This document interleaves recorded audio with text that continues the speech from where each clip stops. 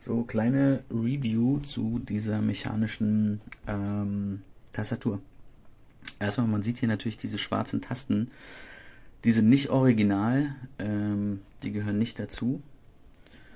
Die habe ich raufgemacht. Das ist nämlich jetzt die wichtigste Info schon vorweg. Es ist ein englisches Tastaturlayout. Ist leider der Produktbeschreibung, also es steht da irgendwo drin, aber es ist nicht wirklich gut kommuniziert. Ja, das heißt, diese Tasten, die jetzt schwarz sind, die muss man alle auswechseln ähm, mit Tasten, damit man in Deutschland damit gut schreiben kann. Weil auf der Originaltastatur gibt es hier keine Üs, Ös, Äs.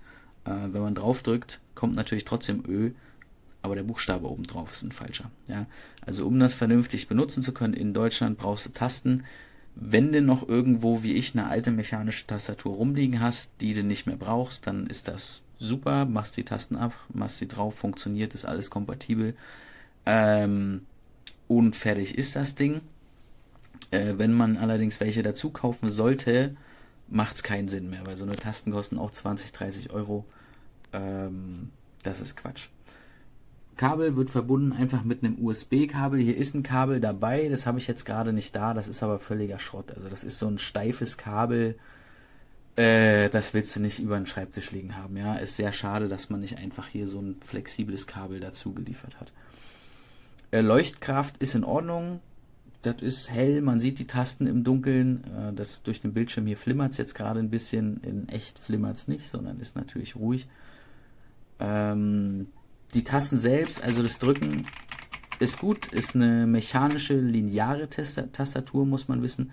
Also das klickt nicht, wenn man drauf drückt, man hat halt einfach nur einen schönen Widerstand. Ist jetzt zum Zocken ganz gut, zum Schreiben würde ich so eine linearen Tasten nicht empfehlen, weil man sehr schnell Tasten doppelt drückt oder Buchstaben doppelt und dreifach macht beim Schreiben. Ja, also es ist keine Schreibtastatur. Ja, sowas für Gaming. Für Schreiben ist eigentlich was geiler, wo es wirklich leicht klickt oder man merkt, wann man die Taste gedrückt ist. Die drücken sich sehr weich und wie gesagt linear einfach durch.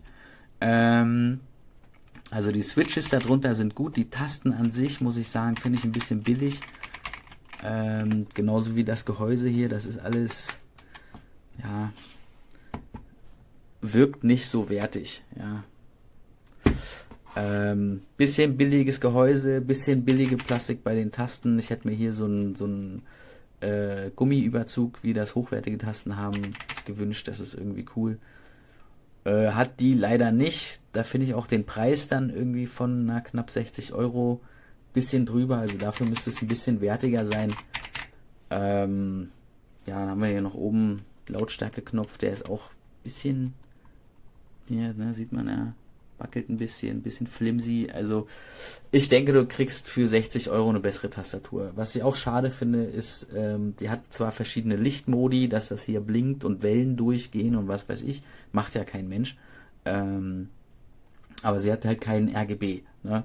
Ist schade, du hast halt wirklich nur dieses weiße Licht, ist ein bisschen grell, ist ein bisschen steriles Licht irgendwie. Ich finde ja so RGB-Tastaturen besser.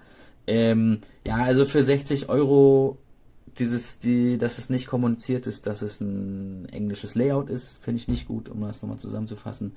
Das Netzkabel dabei ist richtiger Schrott. Die Tasten und das Gehäuse wirkt nicht so gut. Ja, bisschen billige Plastik irgendwie, uns hat kein RGB. Für 60 Euro, weiß ich nicht. So, ich gebe dem Ganzen mal, weiß ich nicht, 3,5 Sterne, denke ich, ist hierfür okay, aber ich denke, für das Geld kriegt man eine bessere Tastatur.